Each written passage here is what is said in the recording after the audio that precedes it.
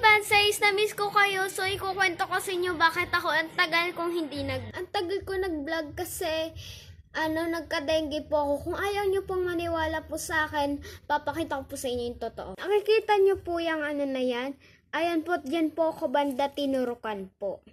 Kasi malamang tinalian ako. So, kaya ang tagal ko. Ilang days po ako dun sa ospital, sa CMC namin, dun sa Kalamba. So, kaya ang tagal namin hindi po nag-upload kasi nagka-dengue po ako and kakalabas ko lang po nung isang araw po. And 8 days po ako nandun sa ospital. Yung 8 na yon, 8 days, doon na po ako banda nakalabas ng ospital. So, madaming namiss sa akin. So, sumilip lang ako sa court kasi wala lang. Gusto ko lang pinapakita lang sa akin. Mahaba ka na kasi yung dun sa heg at bago na yung court. Nakita ko kaibigan ko. Sobrang saya na nakita ko. Grabe, silang lahat yumakap sa akin. So, nag-video po ako. Pero hindi naman picture, photos lang. Dun sa TikTok po.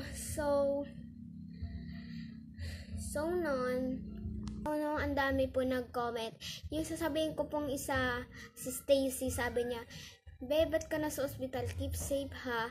Ganun sabi niya. And sa isa ka naman shy, ay sabi naman, "Keep safe." Sabi ko, "Thanks." So, sabi naman ng isa, "Babe, ba't ka na sa ospital?"